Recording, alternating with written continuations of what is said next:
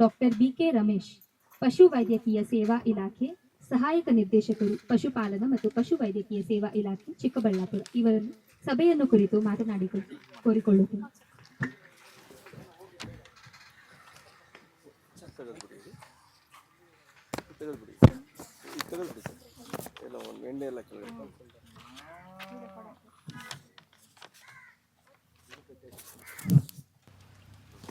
ಎಲ್ಲರಿಗೂ ನಮಸ್ಕಾರ.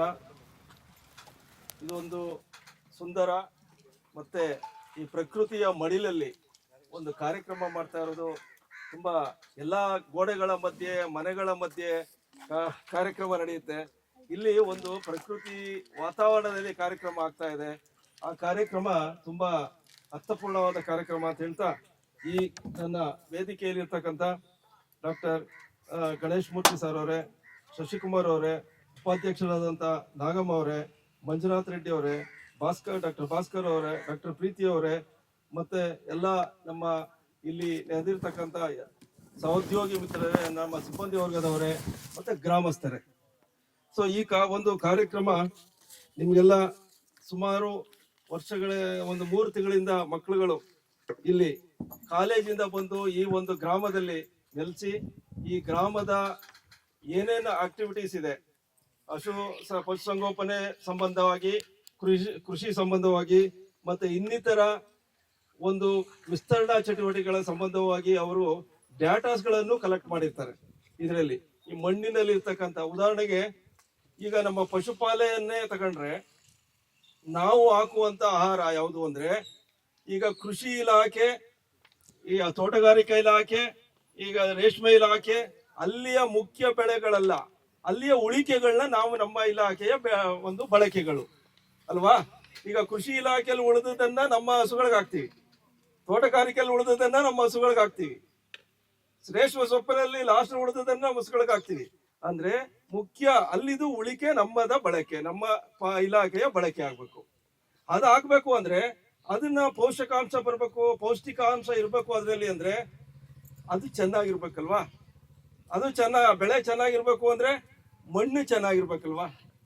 ಹಾಗೆ ಇವತ್ತು ನಮ್ಮಲ್ಲಿ ಮಣ್ಣಿನಲ್ಲಿ ಕೆಲವು ಪೋಷಕಾಂಶಗಳು ಇಲ್ಲ ಅಂತ ವರದಿ ಬಂದಿದೆ. ನಮ್ಮಲ್ಲಿ ಲವಣಾಂಶಗಳ ಕೊರತೆ ಮಣ್ಣಿನಲ್ಲಿ ಅಂತ. ಅವುಗಳನ್ನ ಪೂರೈಕೆ ಇಲ್ಲ ಅಂದ್ರೆ ನಮ್ಮಲ್ಲಿ ಇರ್ತಕ್ಕಂಥ ಕಾಯಿಲೆಗಳಲ್ಲಿ ನಮ್ಗೆ 108 ಕಾಯಿಲೆಗಳು ಸ್ಟಾರ್ಟ್ ಆಗ್ತಾ ಇದೆ. ಅದ್ರ ಕೊರತೆಗಳಿಂದ ಕಾಯಿಲೆ ಸ್ಟಾರ್ಟ್ ಆಗ್ತದೆ ಅಂತ. ಹಾಗಾಗಿ ಮಣ್ಣಿಗೆ ಪ್ರಾಧಾನ್ಯತೆಗೆ ನಮ್ಮ ಇಲ್ಲಿ ಇರ್ತಕ್ಕಂಥ ಮಕ್ಕಳುಗಳೆಲ್ಲ ಅದನ್ನ ಸ್ಟಡಿ ಮಾಡಿರ್ತಾರೆ. ಮಣ್ಣಿನಲ್ಲಿ ಯಾವ್ಯಾವುದು ಒಂದು ಅಂಶಗಳು ಕಡಿಮೆ ಇದೆ, ಕೊರತೆ ಇದೆ, ಅದನ್ನ ಏನ್ ಮಾಡ್ಬೇಕು ಅಂತ ರಿಪೋರ್ಟ್ ಅಲ್ಲೆಲ್ಲ ಕೊಡ್ತಾರೆ, ಡಾಟಾಸ್ಗಳಲ್ಲೆಲ್ಲ. ಸೊ ಇವತ್ತು ನಾವು ಒಂದು ಅನಿಮಲ್ ಹೆಲ್ತ್ ಕ್ಯಾಂಪ್ ಅನ್ನು ಮಾಡ್ತಕ್ಕಂಥ ಉದ್ದೇಶ ಅಂತಂದ್ರೆ, ಇಲ್ಲಿ ಈಗ ನಾನು ಎಮ್ಮೆಗಳು ನೋಡಿದೆ, ಸುಮಾರು ಎಮ್ಮೆಗಳ ಸಾಕಾಣಿಕಿದ್ದೀರಿ, ತುಂಬಾ ಚೆನ್ನಾಗಿ ಸಾಕಿದ್ದಾರೆ ಎಮ್ಮೆನ. ಖುಷಿ ಆಯ್ತು ಎಮ್ಮೆಗಳು ಸಾಕಾಣಿಕ. ಒಂದು ಎಮ್ಮೆ 1 ಲೀಟರ್ ಹಾಲು ಬೆಂಗಳೂರಿನಲ್ಲಿ 110 ರೂಪಾಯಿ, 100ರಿಂದ 110 ರೂಪಾಯಿ. ಇಲ್ಲಿ ಅವ್ರು ಹೇಳ್ತಾರೆ 50 ರೂಪಾಯಿ ಕೊಡ್ತೀನಿ ಅಂತ ಹೇಳ್ತಾ ಇದ್ದಾರೆ. 50-55 ರೂಪಾಯಿ. ಇಲ್ಲ ಸರ್, 30 ರೂಪಾಯಿ 40 ಪೈಸೆ ಕೊಡೋದು. ಅಲ್ಲಲ್ಲ, ಇದ ಹೊರಗಡೆ ಹಾಕಿದಾಗ ಸರ್, ಹೊರಗಡೆ KMFL ಅಷ್ಟೇ, ಹೊರಗಡೆ ಹಾಕಿದಾಗ. ಆದ್ರೆ ಸಪರೇಟ್ ಮಾರ್ಕೆಟಿಂಗ್ ಆಗ್ತಿದೆ ಈಗ ಎಮ್ಮೆಗಳಿಗೆ. ನೆಕ್ಸ್ಟ್ ಎಮ್ಮೆಗಳನ್ನ ನೀವು ಹೆಚ್ಚು ಎಮ್ಮೆಗಳ ಸಾಕಾಣಿಕೆ ಮಾಡೋದು ಒಳ್ಳೇದು ಅಂತ ಹೇಳ್ತಕ್ಕಂಥದ್ದು. ಎಮ್ಮೆಗಳಲ್ಲಿ ಒಂದು ವಿಚಾರಣೆ ಅಂದ್ರೆ, ಯಾಕೆ ಎಮ್ಮೆ ಕರುಗಳು ನಮ್ಮಲ್ಲಿ ಹುಟ್ಟಿದ ಒಂದು 20-25 ಎಮ್ಮೆ ಕರುಗಳು ಸಾಯ್ತಾ ಇದೆ ಅಂತ ಹೇಳ್ತಾ ಇದಾರೆ. ಎಮ್ಮೆ ಕರುಗಳು ಉಳಿತಾಯ ಇಲ್ಲ ಅಂತ. ಅವು ಕಾರಣ ಇಷ್ಟೇ. ಈಗ ನಿಮ್ಗೆ ಎಮ್ಮೆ ಕರುಗಳಿಗೆ ಯಾವಾಗ್ಲೂ ಹುಟ್ಟಿದ ಒಂದು 12 ದಿನಕ್ಕೆ 15 ದಿನದ ಒಳಗಡೆ ಜಂತೌಷಧಿ ಹಾಕ್ಬೇಕು. ಅದನ್ನ ಯಾರು ಹಾಕ್ತಿಲ್ಲ ನಮ್ಮಲ್ಲಿ. 2 ತಿಂಗಳಿಗಾದ್ಮೇಲೆ ಹಾಕಕ್ ಹೋಗ್ತಾರೆ. ಅಷ್ಟೊತ್ತಿಗೆಲ್ಲ ಕೂರೇಸಿ ಆಗ್ಬಿಟ್ಟಿರ್ತಾವೆ, ಎಲ್ಲ ಹೊಟ್ಟೆ ಬಂದಿರುತ್ತೆ, ಆಮೇಲೆ ಸುತ್ತೋಗ್ಬಿಡ್ತವೆ. ಎಮ್ಮೆ ಕರುಗಳಿಗೆ ಹುಟ್ಟದಂತ 10ರಿಂದ 15 ದಿನದ ಒಳಗಡೆಗೆ ಒಂದು ಔಷಧಿ ಡಾಕ್ಟರ್ ಬರ್ಕೊಡ್ತಾರೆ. ಅದು ಯಾವುದು ಪೈಪರ್ಜಿನ್ ಅಂತ ಔಷಧಿನೇ ಹಾಕ್ಬೇಕು. ಇನ್ ಬೇರೆ ಔಷಧಿ ಹಾಕಿದ್ರು ನಡೆಯಲ್ಲ ಅದು. ಆಮೇಲೆ ಬೇರೆ ಔಷಧಿ ಹಾಕ್ಬೇಕಾಗುತ್ತೆ. ಅದು ಮೊದಲು ನಮ್ಮ ರೈತರು ತಿಳ್ಕೊಳ್ತಾರೆ. ಎಮ್ಮೆ ಕರುಗಳ ಸಾಕಾಣಿಕೆಯಲ್ಲಿ. ಇನ್ನು ನಾಟಿ ಇದು ಸೀಮೆ ಕರುಗಳಲ್ಲಿ ನೋಡಿದೆ ನಾನು, ತುಂಬಾ ಚೆನ್ನಾಗಿ ಸಾಕಿದ್ದಾರೆ ಸೀಮೆ ಕರುಗಳು. ಅವುಗಳನ್ನ ಕಾಲಕ್ಕೆ ಅವ್ರು ಹೇಳಿದ್ರು, ಜಂತೌಷಧಿ ಕೊಡ್ತಾ ಇದೀವಿ ಸರ್, ಒಂದು ಚಕ್ಕೆ ಕೊಡ್ತಾ ಇದೀನಿ. ತುಂಬಾ ಖುಷಿ ಆಯ್ತು ಆ ಕರುಗಳು ಸಾಕಿದಾಗ. ಕಾರಣ ಇಷ್ಟ, ನಿಮ್ಗೆ ಒಂದು ಹಸು ತರಬೇಕು ಅಂದ್ರೆ 80,000 90,000 1 ಲಕ್ಷ ಅಲ್ಲಿ ಹೋಗ್ಬೇಕಾದ್ರೆ, ಇಲ್ಲಿರ್ತಕ್ಕಂಥ ನಿಮ್ದೇ ಕರುಗಳನ್ನ ಒಂದು ಚೆನ್ನಾಗಿ ಸಾಕಾಣಿಕೆ ಮಾಡ್ಕೊಂಡ್ರೆ ಅದೇ 90,000 ಉಳಿತಲ್ಲ ನಿಮ್ಗೆ ಅಲ್ವಾ. ಇವತ್ತಿನ ಕರುಗಳೇ ನಾಳೆಯ ಕಾಮಧೇನುಗಳು ಅಲ್ವಾ.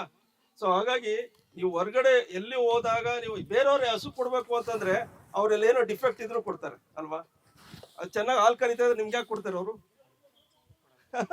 ಸೊ ಹಾಗಾಗಿ ನೀವು ಅಲ್ಲೋಗಿ ಮೋಸ ಹೋಗೋದ್ ಬದಲಾಗಿ ಇಲ್ಲೇ ತಗೊಳ್ಬಹುದು. ಯಾಕಂದ್ರೆ ಈ ಹಾನೂರು, ಈ ಶಿಡ್ಲಘಟ್ಟ ಹಾನೂರಿನಲ್ಲಿ ಒಂದು 2 ಪಡ್ಡೆ ತಂದಿದ್ರು ಅವರು. ಫಲ ಇದೆ 2.5 ತಿಂಗಳು 3 ತಿಂಗಳು ಫಲ.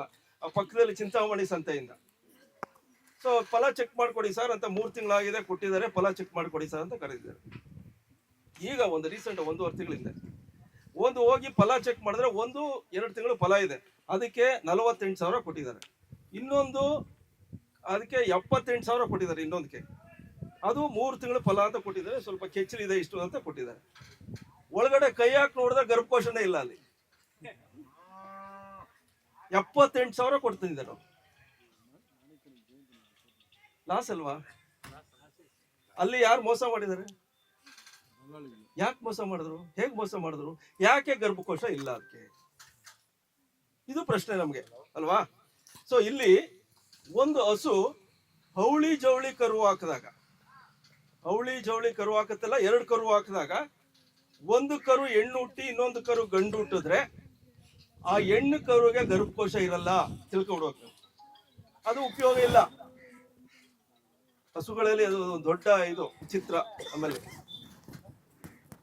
ಮತ್ತೆ 2 ಗಂಡು ಕೊಟ್ರು ಏನಾಗಲ್ಲ, 2 ಹೆಣ್ಣು ಕೊಟ್ರು ಏನಾಗಲ್ಲ. ಆದ್ರೆ ಒಂದು ಹೆಣ್ಣು ಒಂದು ಗಂಡು ಇರಬಾರ್ದು. ಆ ಹೆಣ್ಣು ಬಂದ್ರೆ ಅದಕ್ಕೆ ಗರ್ಭಕೋಶ ಇರಲ್ಲ. ನಮ್ಮ ಅಮ್ಮಂದಿರೆಲ್ಲ ಹಸು ಸಾಕಾಣಿಕೆ ಮಾಡ್ತಿದಾರೆ, ನೀವೆಲ್ಲ ಹಸು ಸಾಕಾಣಿಕೆ ಮಾಡ್ತಿದ್ದೀರಿ. ಅಮ್ಮ, ನಿಮ್ಮ ಮನೆಗೆ ನಿಮ್ಮ ಹಸು ಬಂದಿದೆ, ನಿಮ್ಮ ಹತ್ರ ಒಂದು ಹಸು ಇದೆ. ನಿಮ್ಮ ಮನೆಗೆ ಯಾಕೆ ಬಂದಮ್ಮ? ಇವ್ರ ಮನೆಗೆ ಯಾಕೆ ಹೋಗ್ಬೇಕಾಗಿಲ್ಲ? ಅದು ನಿಮ್ಮ ಮನೆಗೆ ಬಂದಿದೆ ಅದು ಹಸು.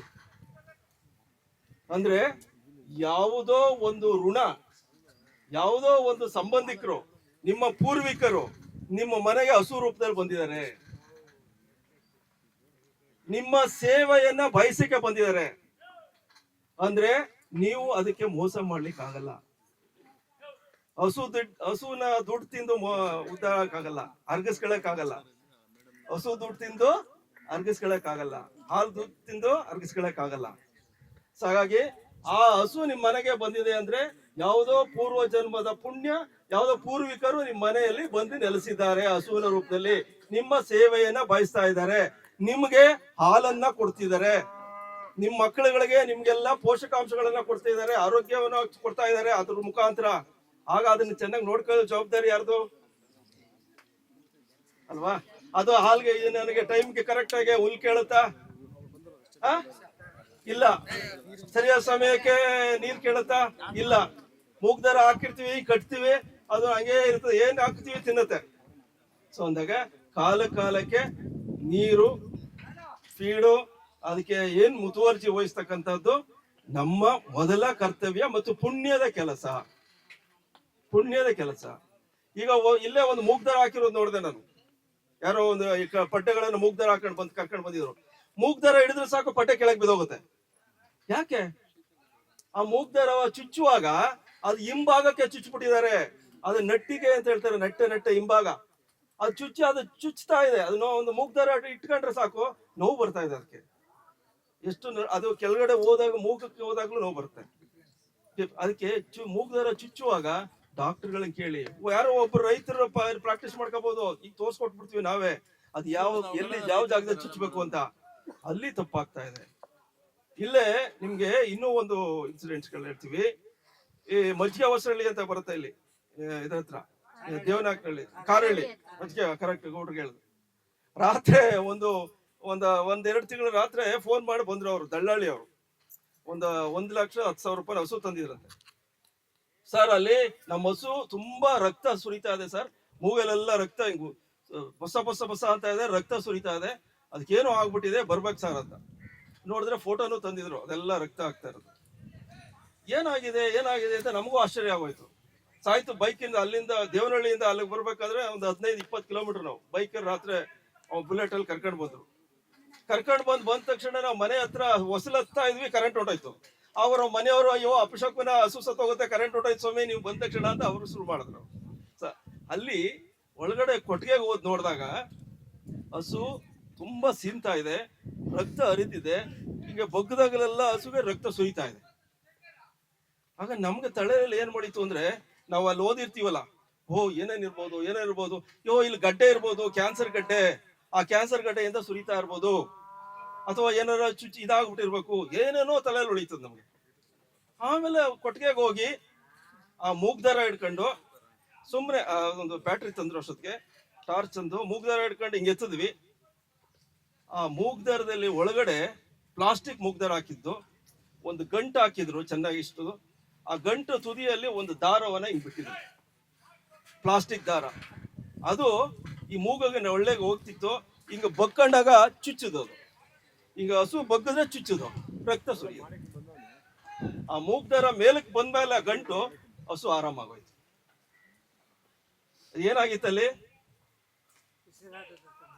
ಮೂಗ್ದಾರ ಇತ್ತಲ್ಲ, ಪ್ಲಾಸ್ಟಿಕ್ ಮೂಗ್ದಾರ, ಆ ಗಂಟನ್ನ ಕಟ್ಟಿದ್ರು, ಅದ್ರ ತುದಿಯನ್ನ ಬಿಟ್ಟಿದ್ರು ಮುಂದೆ. ಆ ತುದಿ ಮುಂದಕ್ಕೆ ಹೋಗಿ ಚುಚ್ತಾ ಇತ್ತು ಮೇಲ್ಗಡೆಗೆ, ಚುಚ್ಚಿ ಎಲ್ಲ ಗಾಯ ಮಾಡಿ ರಕ್ತ ಹರಿತಾ ಇರ್ತಿತ್ತು. ಅದು ಬಗ್ದಾಗಲೆಲ್ಲ ರಕ್ತ ಹರಿತಾ ಇತ್ತು. ಸೊ ಅದಕ್ಕೆ ಅದು ಯಾರ ತಪ್ಪು? ನಾನು ಒಂದು ಮೂಗ್ದಾರವನ್ನ ಆ ಕಡೆ ಮೇಲ್ಗಡೆ ತಿರುಗಿಸಿ ಅವ್ರು ಕೇಳಿದೆ, ಸರ್ ಎಷ್ಟು ಸರ್ ಫೀಸ್ ಅಂತ. 150 ರೂಪಾಯಿ ಕೊಡಪ್ಪ ಅಂದೆ. ಸರ್ ಇಂಜೆಕ್ಷನ್ ಕೊಟ್ಟಿಲ್ವಲ್ಲ ಸರ್ ಅಂದ್ರು. ಅದಕ್ಕೆ ಮೂಗ್ದಾರ ತಿರುಗಿಸೋದು ಹೇಳ್ಕೊಟ್ನಲ್ಲಪ್ಪ ನಿನಗೆ, ಅದಕ್ಕೆ 150 ರೂಪಾಯಿ ಅಂದ್ರೆ ಯಾರ ತಪ್ಪು? ಆಗ ನೋಡಿ, ಅದು 1,10,000 ರೂಪಾಯಿ ಹಸು. ಮೂಗ್ದಾರವನ್ನ ಸರಿಯಾಗಿ ಹಾಕೋಕೆ ಬರದೇನೆ ಹಸುಗಳ ಇದನ್ನ ಯಾಕೆ ಹೇಳ್ತೀನಿ ಅಂದ್ರೆ, ನಾವು ಹಸು ಕಟ್ಟಿದ್ದೀನಿ ಅಂತ ಎಲ್ಲೋ ಇರ್ಬೇಕಾಗಿಲ್ಲ.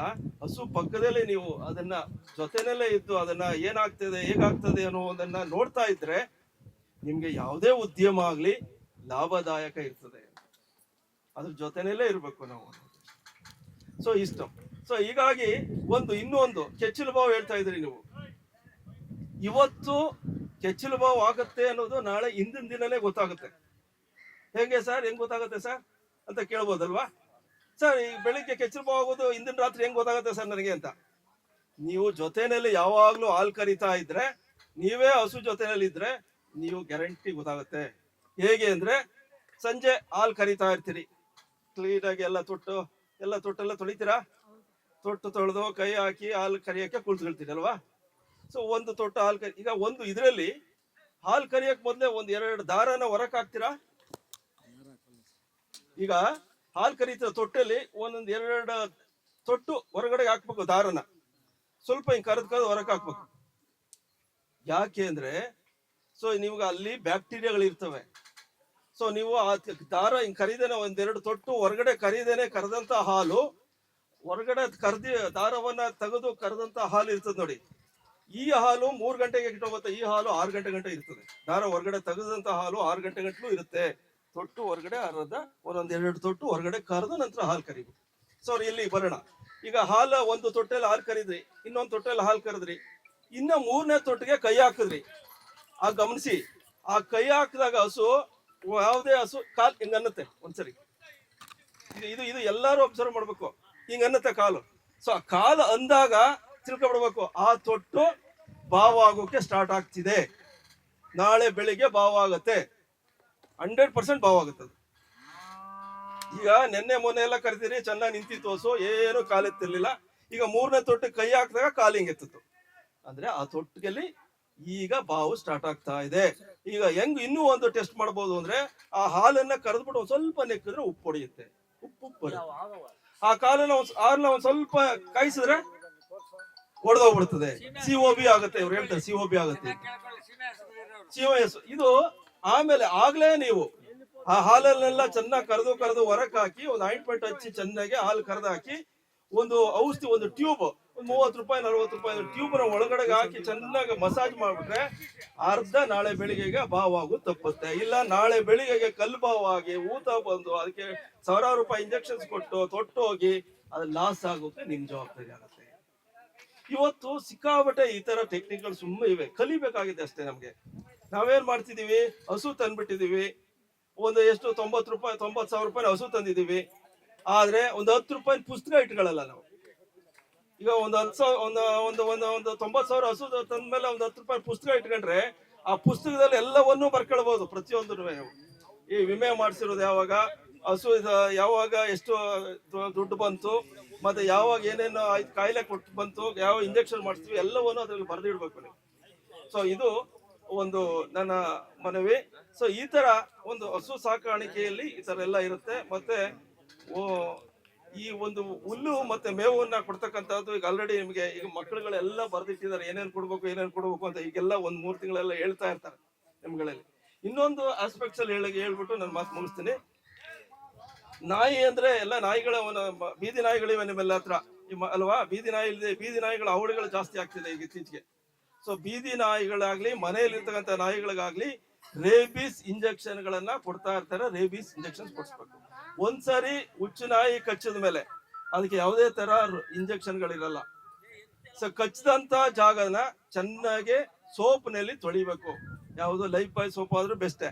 ಚೆನ್ನಾಗಿ ತೊಳೆದು ಆಮೇಲೆ ಡಾಕ್ಟರ್ ಹತ್ರ ಹೋಗಿ ಡಾಕ್ಟರ್ ಇಂಜೆಕ್ಷನ್ಸ್ ಹಾಕ್ಸ್ಕೊಡ್ತಾರೆ. ಡಾಕ್ಟರ್ ಅಟೆಂಡ್ ಮಾಡಿಸ್ಬೇಕು. ಅದನ್ನ ಒಂದು ನೀವು ನೋಡ್ಕೊಳ್ಬೇಕಾಗತ್ತೆ. ಹುಚ್ಚುನಾಯಿಗಳಿಗೆ ಅದನ್ನ ಒಂದು ಹುಚ್ಚುನಾಯಿಗಳಿಗೆ ಇವತ್ತೆಲ್ಲ ಡಾಕ್ಟರ್ ಭಾಸ್ಕರ್ ಅಂತ ನಮ್ಮಲ್ಲಿ ಇದ್ದಾರೆ. ಅವರೆಲ್ಲ ಇಲ್ಲೆಲ್ಲ ಯಾವ್ದಾರ ಬೀದಿ ನಾಯಿಗಳಿತ್ತು ಅಂದ್ರೆ ಅಥವಾ ಯಾವ್ದಾರ ಮನೆ ನಾಯಿಗಳಿತ್ತು ಅಂದ್ರೆ ಫ್ರೀ ಆಗಿ ಈ 1 ತಿಂಗಳು ಫ್ರೀ ಆಗಿ ವ್ಯಾಕ್ಸಿನ್ ಮಾಡ್ಕೊಡ್ತಾರೆ. ಈ ವ್ಯಾಕ್ಸಿನೇಷನ್ಸ್ ಇದೆ ಮಾಡಿಸಿ ಅಂತ ಹೇಳ್ತಾ, ಈ ಮಕ್ಕಳುಗಳೆಲ್ಲ ಈಗೆಲ್ಲ ಇಷ್ಟೊಂದು ಸಾರ್ಥಕ ಇವರ ಒಂದು ಶ್ರಮ ಸಾರ್ಥಕ ಆಗಬೇಕು ಅನ್ನೋದಾದ್ರೆ ಈ ಹಳ್ಳಿಯಲ್ಲಿ ಏನೇನ್ ಡೇಟಾಸ್ ಕಲೆಕ್ಟ್ ಮಾಡಿದ್ರೆ ಆ ಡೇಟಾಸ್ ನಮಗೂ ಕೊಡ್ತಾರೆ. ಎಷ್ಟು ಹಾಲು ಉತ್ಪಾದನೆ ಆಗ್ತಿದೆ, ಎಷ್ಟು ಜನ ರೈತರು ಇದಾರೆ, ಎಮ್ಮೆ ಸಾಕಿರೋರು ಎಷ್ಟು ಜನ, ಎಮ್ಮೆ ಸಾಕಿರೋರಿಗೆ ಒಂದು ಗುಂಪು ಮಾಡಿ ಅವ್ರಿಗೆ ಸರ್ಕಾರದಿಂದ ಏನಾರ ಒಂದು ಇದು ಕೊಡಿಸ್ಬೋದಾ ಅದನ್ನು ಯೋಚನೆ ಮಾಡ್ತೀವಿ. ಕುರಿ ಸಾಕಾಣಿಕೆದಾರರು ಎಷ್ಟು ಜನ ಇದ್ದಾರೆ, ಅವ್ರದ್ದು ಸಂಘ ಮಾಡ್ಬೋದಾ, ಸಂಘದಿಂದ ಬರುವತಕ್ಕಂಥ ಉಪಯೋಗಗಳೇನು ಅದನ್ನು ಒಂದು ನಾವು ಅದರಿಂದ ಅವರೆಲ್ಲ ಒಂದು ಡೇಟಾಸ್ ಕಲೆಕ್ಟ್ ಮಾಡ್ಕೊಂಡಿರ್ತಾರೆ 3 ತಿಂಗಳಲ್ಲಿ. ಆ ಡೇಟಾಸ್ಗಳೆಲ್ಲ ನಾವು ನಿಮಗೆ ನಿಮ್ಮ ಹಳ್ಳಿಗಳಿಗೆ ಒದಗಿಸ್ಕೊಡ್ತೀವಿ ಅಂತ ಹೇಳ್ತಾ, ಮತ್ತೆ ಈ ಒಂದು ಗ್ರಾಮ ಒಂದು ಲಕ್ಕಿ ಗ್ರಾಮ. ಯಾಕೆಂದ್ರೆ ಮಕ್ಕಳುಗಳು ಬಂದು ಅಲ್ಲಿರ್ತಕ್ಕಂಥ ಒಂದು ಅವ್ರ ಶ್ರಮನ ಇಲ್ಲಿ ಪ್ರಾಕ್ಟಿಕಲ್ ಆಗಿ ಏನೇನು ಈಗ ನಮ್ಮಲ್ಲಿ ಕಣ್ಣಲ್ಲಿ ನೋಡೋದು ಒಂಥರ, ಕಣ್ಣಿಗೆ ಎಷ್ಟು ಕಾಣುತ್ತೆ ಅಷ್ಟೇ. ಕಣ್ಣು ಕಾಣದೇ ಇರೋದು ಇನ್ನೂ ಒಂದು ಜಗತ್ತಿದೆ. ಈಗ ಮೈಕ್ರೋಸ್ಕೋಪ್ ಅಲ್ಲಿ ನೋಡಿದ್ರೆ ಎಲ್ಲ ಕಾಣ್ತಾವಲ್ವಾ, ಟೆಲಿಸ್ಕೋಪ್ ಅಲ್ಲಿ ನೋಡಿದ್ರೆ ಎಲ್ಲ ಕಾಣ್ತಾವಲ್ವಾ, ಅದೇ ತರ ನಮ್ಮ ಇಂದ್ರಿಯಗಳಿಂದ ಆಚೆಗೂ ಒಂದು ಜಗತ್ತಿದೆ, ಒಂದು ವಿಶ್ವ ಇದೆ. ಆ ವಿಶ್ವವನ್ನ ಎಲ್ಲವನ್ನು ನಾವು ಇಲ್ಲಿ ಮಕ್ಕಳುಗಳು ಇವೆಲ್ಲ ನಿಮ್ಗೆ ಬಿಡಿಸಿ ಹೇಳ್ತಾರೆ ಅನ್ನೋ ಉದ್ದೇಶದಿಂದ ಇಷ್ಟು ಒಂದು ಕಾರ್ಯಕ್ರಮದಲ್ಲಿ ನೀವು ಒಂದು ಸಣ್ಣ ಜನ ಆದ್ರೂ 1-2-3 ಆದ್ರೂ ಪೂರ್ತಿ ನಮ್ಮ ಕಾರ್ಯಕ್ರಮ ಯಶಸ್ವಿ ಮಾಡಿಕೊಟ್ಟಿದ್ರಿ. ನನ್ನ ಮಾತನ್ನ ಕೇಳಿದಿರಿ. ನಿಮ್ಗೆಲ್ಲ ನಮಸ್ಕಾರ.